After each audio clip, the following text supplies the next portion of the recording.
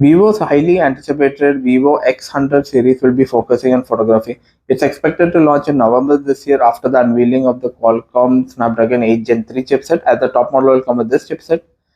The Vivo X100 Pro Plus is going to come with a new groundbreaking 200 megapixel periscope photo camera. As per reports on Vivo, it's a custom-made sensor.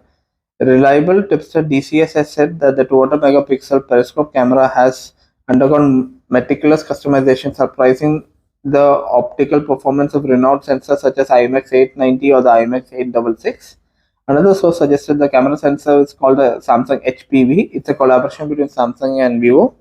This lightweight camera sensor, believed to be based on the Samsung HP3, is expected to boast a generous 1 by 1.4 inch screen and provide native 3x or 5x optical zoom. Both tipsters claim the advanced AI algorithm will be used to ensure it has impressive 10x optical zoom as well. The Vivo X100 and X100 Pro will come equipped with the new upcoming Dimensity 9300 chipset. It will also be unveiled by the October time. Great thing, man. Cameras are getting updated in megapixels, but at the end of the day, more or less all the phones will have similar camera qualities.